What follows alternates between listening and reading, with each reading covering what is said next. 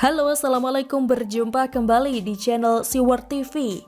Meraung, rumah The King of Bacot, gerung dikepung eskavator, ditulis oleh Anto Cahaya. Kasus memalukan gerung soal lahan yang telah dibangun rumah tempat tinggalnya didapat dari jual beli ex narapidana dan akhirnya menjadi polemik berkepanjangan. Tapi, satu sisi membuka borok Rocky Gerung Santoro Negeri. Publik memberi stigma jika Rocky Gerung itu doyan dapat barang melalui cara yang tidak benar.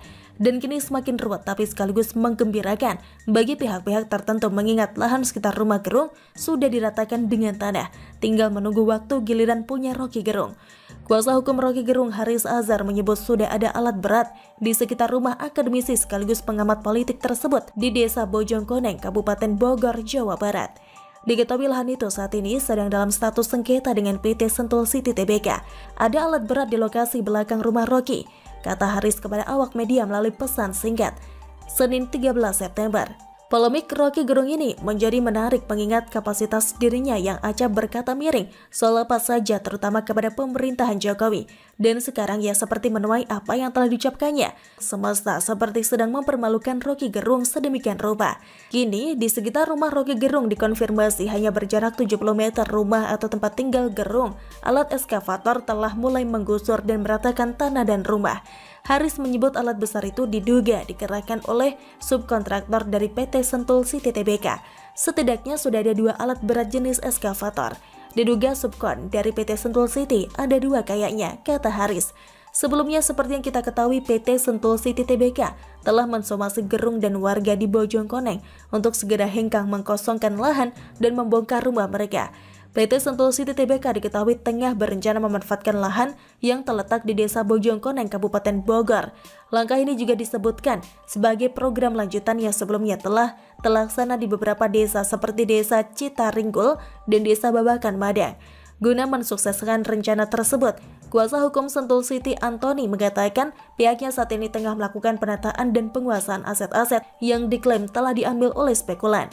Rocky dan warga Bojongkoneng harus mengosongkan rumah dan merobohkan bangunan dalam waktu 7x24 jam. Terbaru, Rocky akan melayangkan gugatan balik terhadap PT Sentul City Tbk. Dan ini jelas bukan cerita fiksi seperti yang kerap Gerung lontarkan.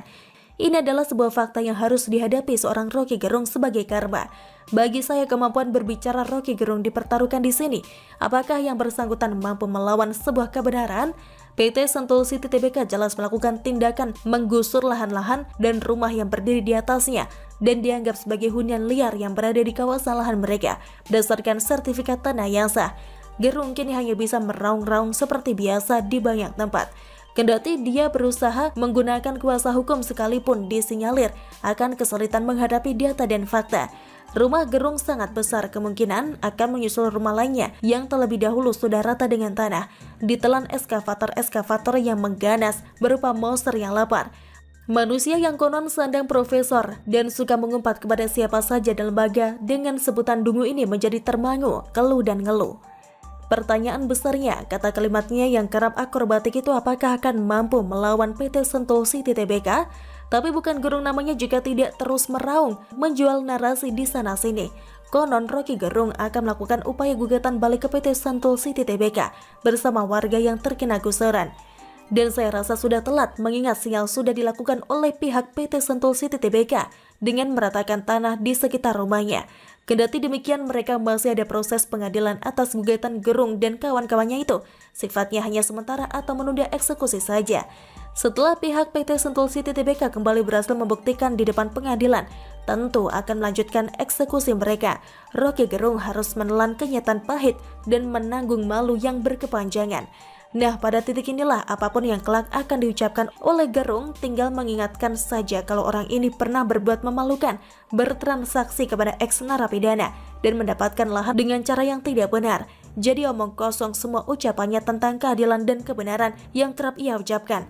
The King of Bacot Indonesia. Bagaimana menurut Anda? Demikian salam.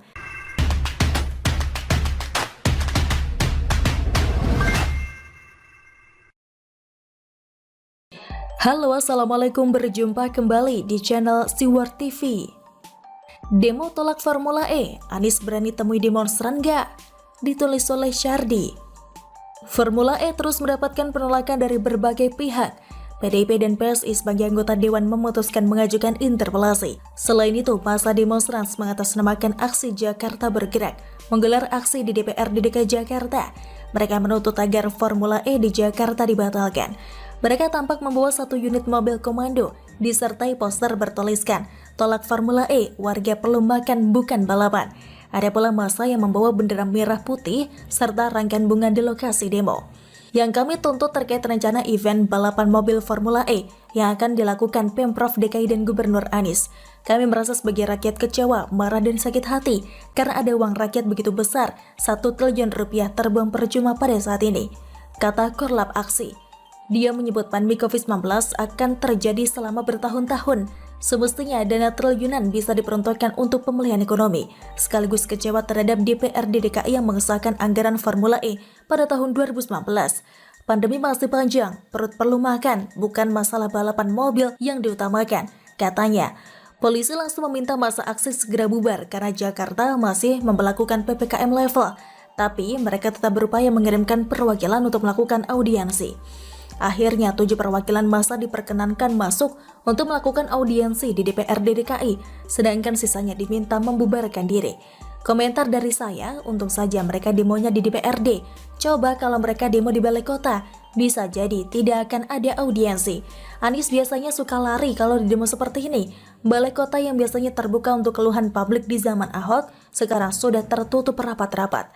Anies terbukti tidak sanggup menyelesaikan masalah atau memang suka lari dari masalah. Entah antara takut atau tidak becus. Anies di mana nih?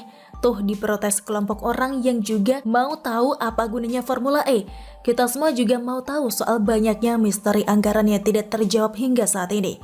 Meski tidak mendukung demo di saat pandemi sekarang ini, ketimbang demo di DPRD DKI, lebih baik demo di balai kota saja. Biar Anies tahu, jangan dipikir dia bisa seenaknya menggelontorkan anggaran besar untuk sebuah event, tapi tidak mau dimintai penjelasan.